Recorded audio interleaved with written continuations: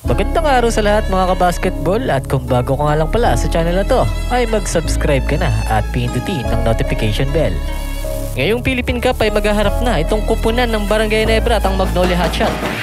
So ngayon, ng standing nitong Magnolia Hotshot ay nananatili pa rin na wala pang talo dahil isa pa nga lang yung kanilang nilalaro dyan. Ito nga yung unang laban nila kontra rito sa Converge Piper, kung saan ay nagwagi sila dyan. At si Ian Sangga lang nga nanguna dyan na umiscore ng 17 points with 3 rebound and 1 assist. At sinundan na yun ni Obueva na merong 14 points. At si Halalo na merong 14 points din.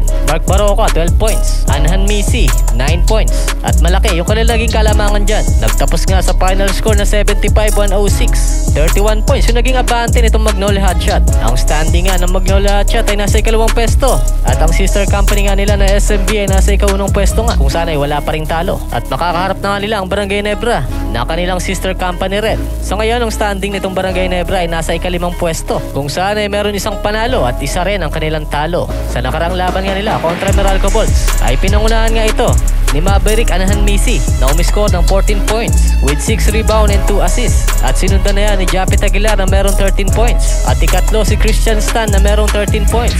At Jason David 8 points. At Unuober 6 points. Natalo nga lang ang Barangay Nebra dito sa Meralco Bolt, kung saan ay nagtapos sa final score na 73-91. 18 points nga naging abante nitong Bolts. Pero okay lang yan dahil 2 games pa lang naman ang nilalaro nitong Barangay Nebra.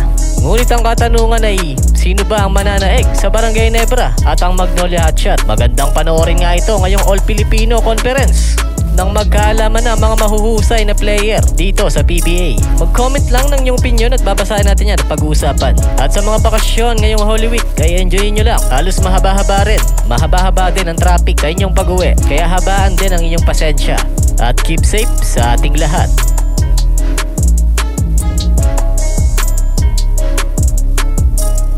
Again goes to Steinhardt, jumper!